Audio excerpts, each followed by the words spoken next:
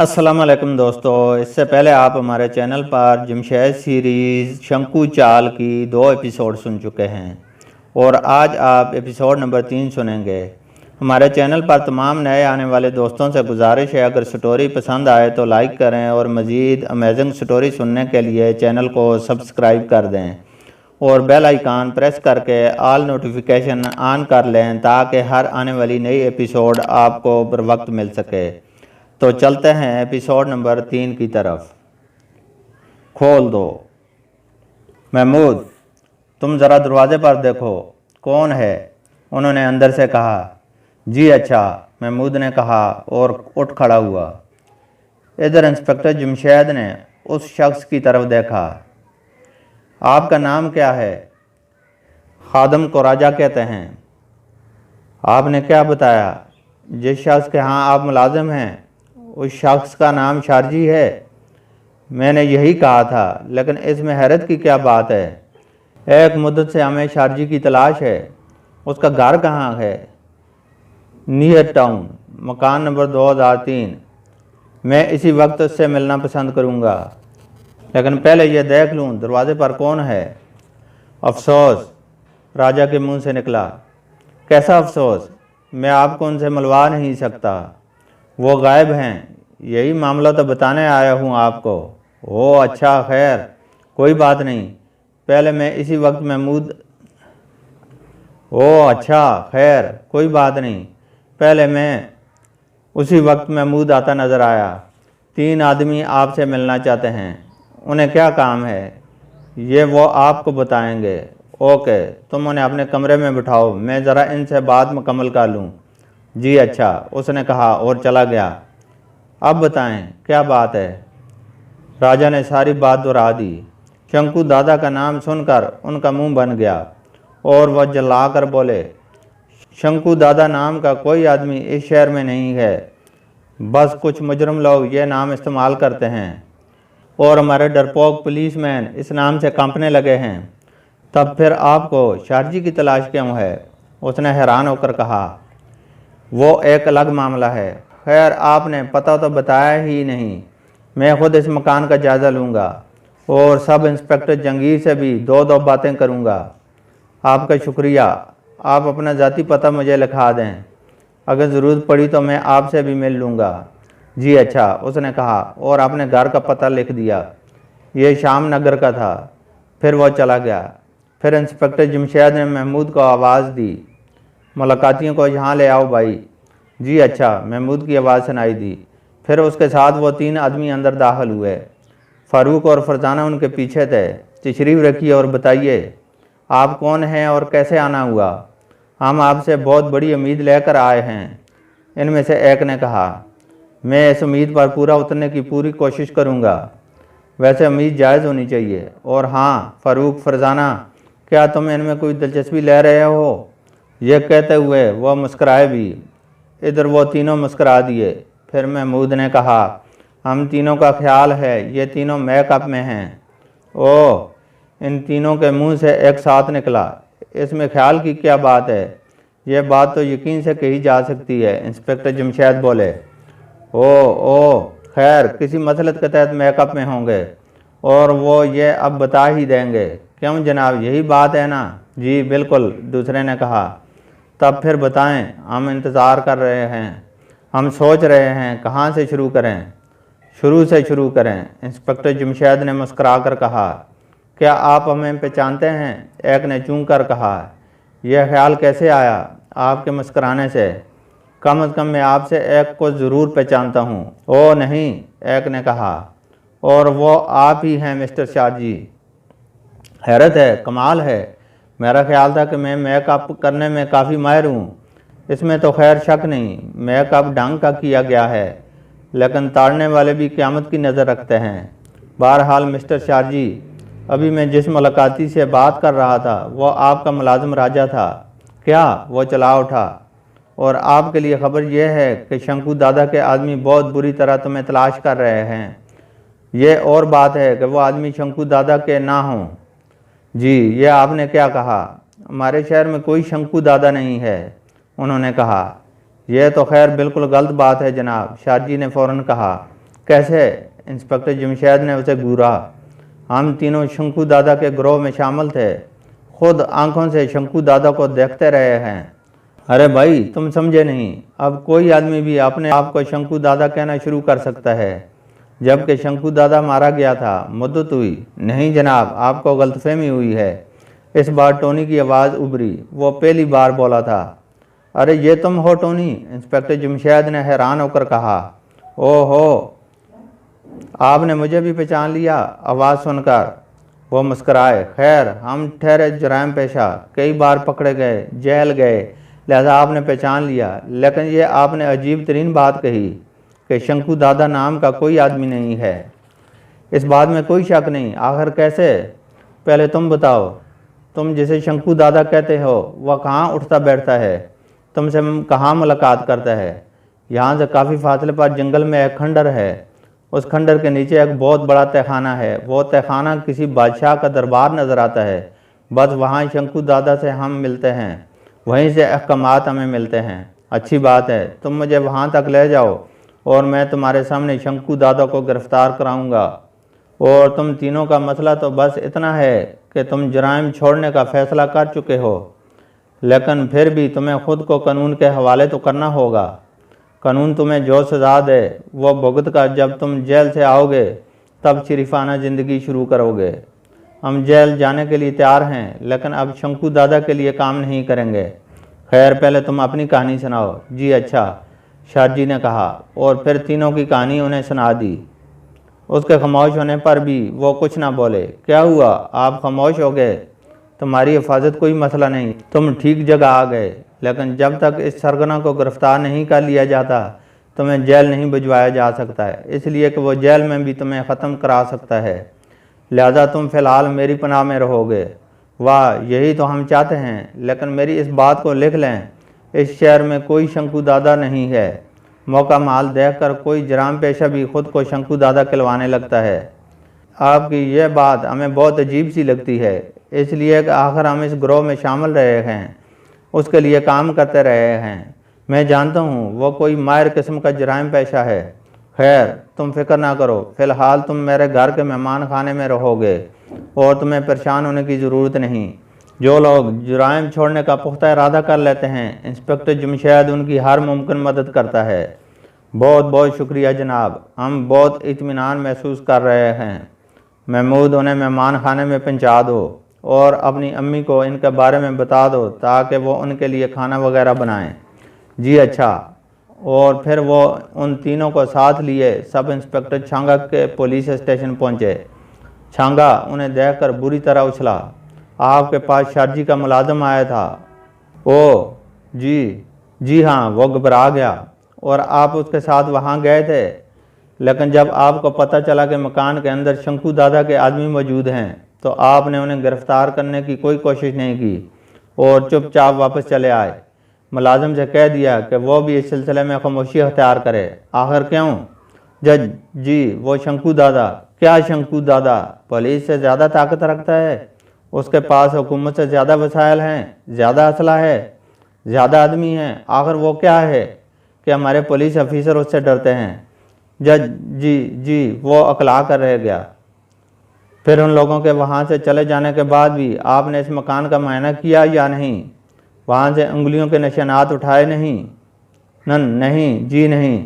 आप इस मुलाजमत के काबिल नहीं। आप इस्तीफ़ा दे दें, आपके हक़ में यही बेहतर है, वरना फिर मैं आपके ख़िलाफ़ कार्रवाई शुरू कर दूँगा तो आप लंबे फंसेंगे। जज जी बेहतर, मैं इस्तीफ़ा दे दूँगा नहीं, इसी वक्त लिख दें और अपने घर चले जाएं। जब आप चंद गुंडों से डर कर पुलिस स्टेशन में आ जाते हैं तो आपको इस मुलाजमत पर रहने का क्या हक़ है?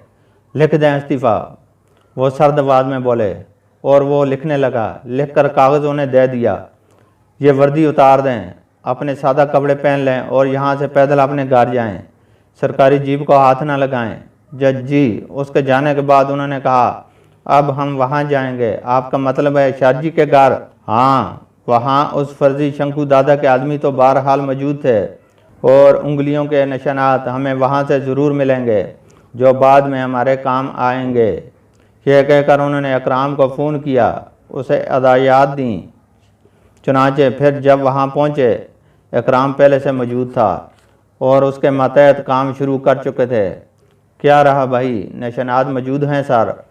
बहुत खूब, इसी वक्त पार्टी तरतीब दो, हम इस खंडर पर छापा मारेंगे। जी बेहतर। फिर वहाँ टोनी को साथ लेकर छापा मारा गया, लेकिन वहाँ कोई नहीं था। शंकू दादा और उसके तमाम साथी इस तरह गायब थे जैसे गद्दे के सर से सींग। एक शाही कुर्सी के अलावा वहाँ कोई फर्नीचर वगैरह नहीं था। गोया सिर्फ शंकू कुर्सी पर बैठता था, बाकी लोग खड़े रहते थे। अब वो वहाँ रुक कर क्या करते? वहाँ से लौट आए। शारजी, टोनी और आवल, अब तुम बताओ, तुम्हारा शंकू दादा कहाँ होगा?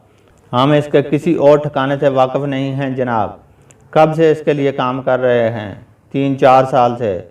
जब हम जेल से छूट कर आए तो जेल के बाहर ही उसके एक आदमी ने हमसे मुलाकात की थी और कहा था अगर हम शंकू दादा के लिए काम करेंगे तो हर खतरे से बेफिक्र रहेंगे। शंकू की दहशत इस कदर है कि उसके आदमियों पर कोई पुलिस वाला हाथ नहीं डालता।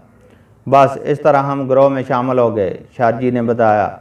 और अब तुम में से सबसे पहले कौन इस ज़िंदगी से तंग आया? उन्होंने पूछा। पहला मैं हूँ। जब मैंने शंकू को फ़ोन पर बताया कि अब मैं उसके लिए काम नहीं करूँगा तो उसने मुझे खूब खरी खरी सुनाई। उसके बाद उसने टोनी को भेजा कि मुझे ख़त्म कर दे। टोनी मेरा बचपन का दोस्त है। उसने आकर शंकू का प्रोग्राम बताया।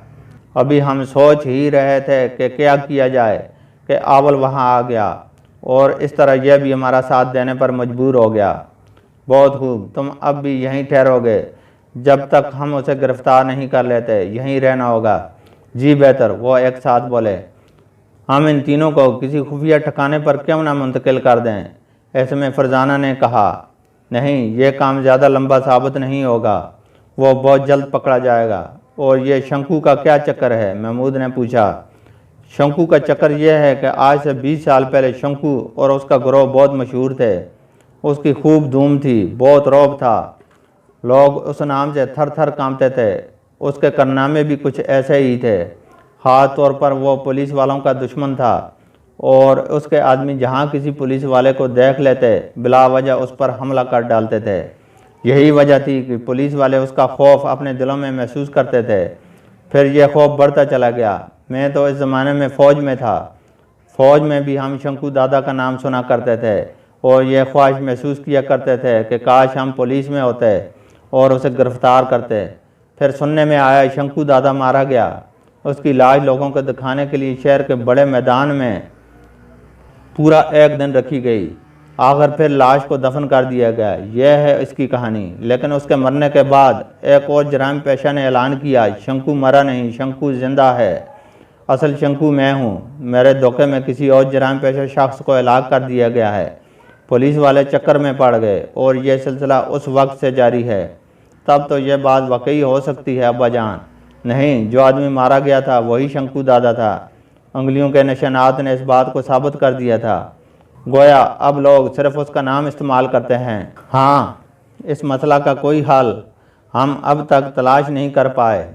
वाकई ये एक उलझा हुआ केस है, लेकिन इस बार काफ़ी दिनों बाद इसका नाम सुनने में आया है। शायद वो कुछ अरसे के लिए छुप गया था। लेकिन कौन? शंकू या कोई और गिरोह है? नहीं, वो जो कोई भी है, कुछ अर्सा पहले उसकी गिरफ्तारी की तैयारियां मुकम्मल हो गई थीं कि वो गायब हो गया और अब फिर शंकू दादा का नाम सुनने में आया है। बहरहाल मैं इस बार शंकू दादा के झगड़े को ख़त्म ही कर दूंगा, उन्होंने फैसला कुन अंदाज में कहा। लेकिन अब्बा जान कैसे? जब जुराइम पेशा लोगों ने यह तरीका अपना लिया है कि कुछ अरसे बाद कोई उनमें से उठता है और कहने लगता है कि वो शंकू दादा है, तो आप इस सिलसिले में क्या कर लेंगे? मैं अल्लाह पर भरोसा करते हुए अक्ल से काम लूँगा। वो मुस्कराए। ओह, इसका मतलब है इस बार यह झगड़ा ख़त्म होने को है। उम्मीद यही है। बहरहाल तुम लोग अभी यह जिक्र किसी से ना करना। जी नहीं, बिल्कुल नहीं, वो एक साथ बोले। एन उसी लम्हे दरवाजे पर ज़ोरदार दस्तक हुई। साथ ही बाहर से कहा गया, दरवाज़ा खोल दो वरना हम तोड़ देंगे। कैसा वार? हमें शारजी, टोनी और आवल की तलाश है। क्या तुम इनमें से किसी के बारे में बता सकते हो? इनमें से एक ने पूछा। मैं क्या नहीं जानता। हा हा हा, इंस्पेक्टर मुराद हंसा। तो फिर जल्दी से बता दो ये लोग कहाँ हैं। लेकिन क्यों बता दूं? अभी तो तुम मुझ पर शंकु दादा का रौब डाल रहे थे। अब रौब नहीं डालेंगे, बता दें। हरगिज़ नहीं, ये कहकर वो जाने के लिए मुड़ा।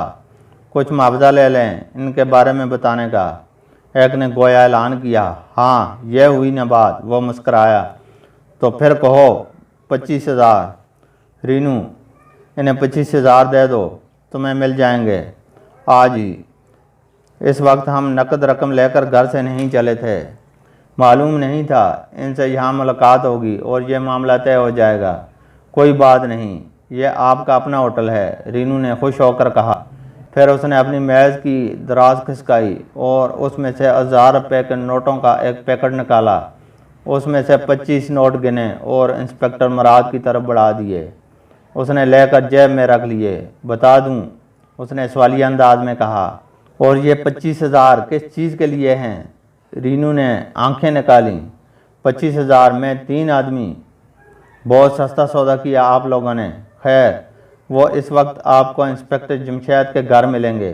क्या बकवास है, एक गिराया। इसमें बकवास की क्या गुंजाइश? क्यों?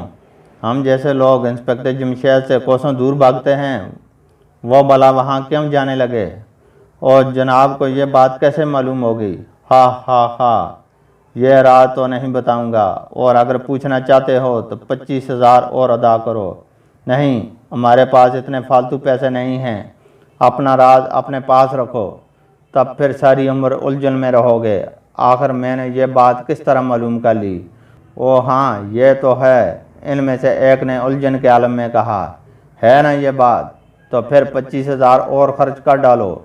तुम लोगों के लिए तो ये बहुत छोटी छोटी रकमें हैं। तुम तो लाखों में खेलते हो। हाँ, हम वकील लाखों में खेलते हैं, लेकिन लाखों में खेलने के लिए जेलों को भी आबाद करते हैं, इसमें शक नहीं। ओके रीनू, इन्हें 25,000 और दे दें। ज़रूर, क्यों नहीं, उसने कहा और 25 नोट और निकाल दिए। अब बताओ, तुम्हें यह बात किस तरह मालूम है? और एक बात कान खोल कर सुन लो। ज़रूर सुनूंगा, मेरी जेब गर्म हो चुकी है। अगर वो तीनों इंस्पेक्टर जमशेद के घर ना मिले, हम ये 25,000 तो तुमसे वापस ले ही लेंगे, लेकिन उल्टा तुमको मज़ा भी चखाएंगे। ये बात मैं पहले से जानता हूँ। आखिर तुम शंकु दादा के आदमी हो। वो हंसा। शुक्रिया। हाँ, अब बताओ। दरअसल मुझे बहुत दिनों से शारजी पर शक था। मैंने अपना एक ख़ास आदमी उसकी निगरानी पर मुकर्रर कर रखा था। अपना एक मातहत उसके साथ किया हुआ था। दोनों बारी बारी निगरानी करते थे। अभी कल ही उनकी तरफ से मुझे रिपोर्ट मिली कि रात के वक्त पहले उसके घर में एक शख्स दाखिल हुआ। वो दरवाजे के रास्ते अंदर गया, फिर दूसरा शख्स आया, वो छत के रास्ते अंदर गया, फिर तीनों बाहर निकले, लेकिन अब उनके हुलिये तब्दील हो चुके थे। मेरे आदमी ने कामयाबी से उनका ताक़ब किया। पहले वो एक गांव गए, वहां से वापस आए और इंस्पेक्टर जमशेद के घर चले गए। अभी तक मेरे आदमी की तरफ से कोई और रिपोर्ट नहीं मिली, जिसका मतलब है वो वहीं हैं। ओके, हम जा रहे हैं। अगर ये बात गलत हुई तो फिर शंकु दादा के हर कार्य तुमसे समझ लेंगे। यह बात गलत साबित हो ही नहीं सकती। वो चले गए। उनके जाने के बाद रीनू ने कहा, कमाल कर दिया इंस्पेक्टर साहब, बैठे बैठाए 50,000 कमा लिए। असल में बात पता है क्या है? इंस्पेक्टर मुराद ने राजदाराना अंदाज में कहा। क्या है? रीनू फौरन बोला। जाओ, मैं नहीं बताता।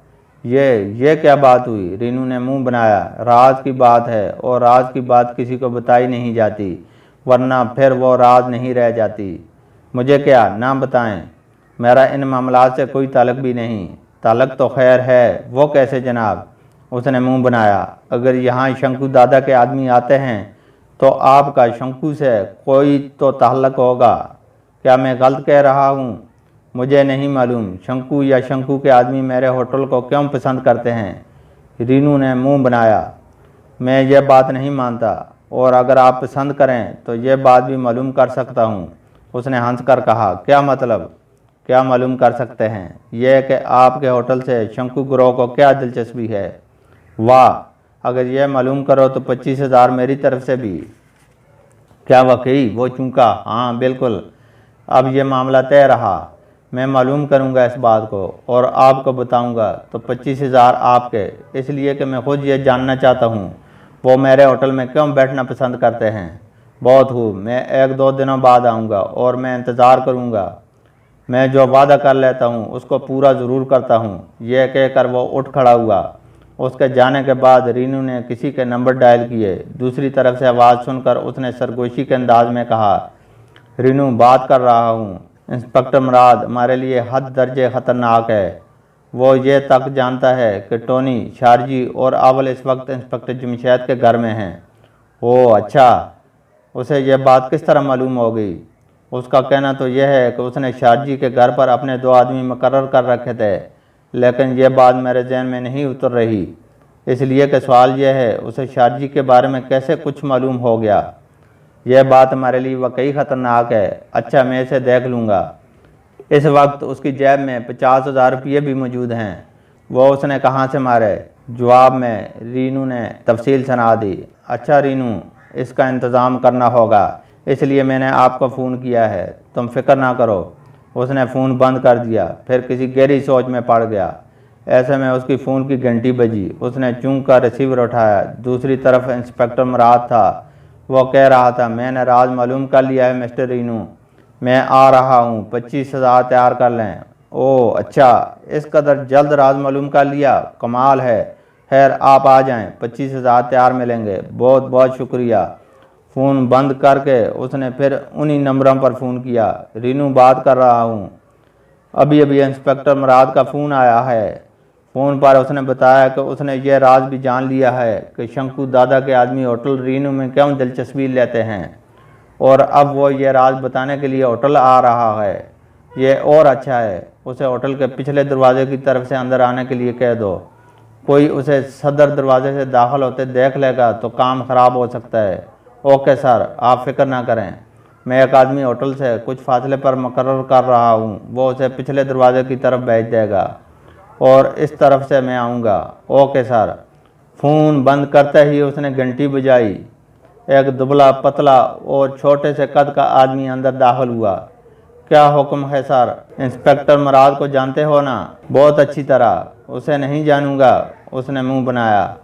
वो इस होटल की तरफ आ रहा है। मैं चाहता हूँ वो होटल के सदर दरवाजे से अंदर दाखिल ना हो, पिछले दरवाजे से आए। लिहाजा तुम सोच ही सकते हो कि बाहर किस जगह उसे रोक कर ये बताना चाहिए। जी हाँ, क्यों नहीं, ये काम तो मैं पहले भी करता रहा हूँ, उसने हंस कर कहा। बस तो फिर जाओ, एक बार फिर ये काम करो। वह खुशी खुशी चला गया। होटल से बाहर निकलकर वह एक ऐसी जगह जा खड़ा हुआ जहाँ से इंस्पेक्टर मुराद फ़ौरन ही पिछले दरवाजे की तरफ जा सकता था और किसी को पता भी ना चलता। जल्द ही उसने जीप को आते देखा। उसने फ़ौरन इशारा किया। जीप उसके पास आकर रुकी। सदर दरवाजे की तरफ से जाना ख़तरनाक होगा इस वक्त। आपको रीनू ने पिछले दरवाजे से बुलाया है, लिहाजा यहाँ से बाएं तरफ मुड़ जाएं। वो अच्छा, उसने फ़ौरन कहा और जीप मोड़ दी। जीप जूँ ही उसकी नज़रों से ओझल हुई, वो वहाँ से होटल की तरफ रवाना हो गया। उसके चेहरे पर सुर्खी ही सुर्खी थी। इधर इंस्पेक्टर मुराद पिछले दरवाजे से अंदर दाखिल हुआ। इस तरफ सड़क सुनसान थी। उसे अंदर दाखिल होते किसी ने ना देखा। वो जीप अंदर लेता चला गया। आखिर इमारत का पिछला अंदरूनी दरवाज़ा उसके सामने आ गया। जीप रोककर वो नीचे उतरा तो वहाँ रीनू खड़ा था। शुक्रिया इंस्पेक्टर मुराद, लेकिन सदर दरवाजे में क्या ख़तरा था? उसने उलझन के आलम में कहा। वहाँ उस वक्त कुछ लोग ऐसे हैं जो आपको बहुत अच्छी तरह जानते हैं। तो क्या हुआ, जानते रहें, लेकिन हमें तो अपने होटल की फ़िक्र है ना। अच्छा खैर, आइए अंदर चलें। वो उसके साथ अंदर दाखिल हुआ। एक कमरे में दाखिल होने के बाद रीनू ने उससे कहा, तशरीफ़ रखिए मिस्टर इंस्पेक्टर मुराद, आप वाकई कमाल के आदमी हैं। इस कदर जल्द मालूमात हासिल कर लेते हैं और एक ही दिन में 75,000 कमा लेते हैं। यह मेरा फ़न है। आप 25,000 रुपये पेश करें ताकि मैं आपको बता सकूं कि शंकु दादा के आदमी आपके होटल को क्यों पसंद करते हैं। ज़रूर, क्यों नहीं, ये लें। उसने 25 नोट गिन दिए। शुक्रिया। अब सुने, यह होटल शंकु दादा का अपना होटल है, आपका होटल नहीं है। आप तो शंकु दादा के एक अदना मुलाजिम हैं, लेकिन ज़ाहिर में होटल के मालिक आप ही हैं। ये और बात है, आप कदम कदम पर शंकु दादा से अदायात लेते हैं। इस वक्त मेरे बारे में भी आपने शंकु दादा से हदायत ली हैं और इसलिए मुझे पिछले दरवाजे से बुलाया गया है ताकि मुझे कोई अंदर दाखिल होते ना देख सके और आप लोग मुझे आसानी से ख़त्म करके मेरी लाश को और मेरी जेब को गायब कर दें। लेकिन आप लोग खुशफहमी में मुब्तला हैं, आप मेरा कुछ नहीं बिगाड़ सकते। इंस्पेक्टर मुराद पक्का काम करके रवाना होता है। इस वक्त मेरे इंस्पेक्टर और मेरे आईजी साहब को तो ये मालूम है ही कि मैं कहाँ हूँ। मैंने अपनी हिफाजत के लिए जो आदमी मुकर्रर कर रखे हैं वो भी मेरा ताक़ब करते हुए यहाँ तक आ चुके होंगे और होटल की पिछली तरफ मौजूद हैं। बल्कि मेरी हदायत पर उन्होंने आईजी साहब को फौरी तौर पर कार्रवाई शुरू करने के लिए भी कह दिया है और मेरे अंदाजे के मुताबिक इस वक्त तक होटल रीनू घेरे में लिया जा चुका होगा। क्या समझे मेरे होशियार रीनू? आखिरी अल्फाज उसने गहरे तंजिया अंदाज में कहे। रीनू के चेहरे पर एक रंग आकर गुजर गया। फिर उसने फौरी तौर पर ख़ुद को संभाला और बोला, आपको गलतफहमी हुई है। हम आपसे सिर्फ ये मालूम करना चाहते थे कि इस होटल में शंकु दादा के साथी इस कदर दिलचस्पी क्यों लेते हैं। सर, ये बात आपने बता दी और मैंने इस बात का मुआवजा आपको पहले ही दे दिया, लिहाजा आप जा सकते हैं। हमें आपको ख़त्म करने की भला क्या ज़रूरत है? हा, गरगट की तरह रंग बदल रहे हो मिस्टर रीनू। खैर, मैं चला। अगर मुझे कुछ हुआ तो पुलिस पहले आपको गिरफ्तार करेगी, बाद में शंकु दादा को। उसने सर्द आवाज़ में कहा। ये आपने क्या कहा? शंकु दादा को गिरफ्तार करेगी पुलिस? उसके लहजे में हैरत थी। हाँ, इसलिए कि मैं शंकु दादा के बारे में इतना कुछ जानता हूँ कि कोई और नहीं जानता। मिस्टर रीनू, तुम भी नहीं। और आपने अपने आईजी साहब को 75,000 रुपये वसूल करने के बारे में भी बताया है। रीनू ने मुंह बनाकर पूछा। नहीं, ऐसी बातें भला मैं उन्हें क्यों बताऊंगा।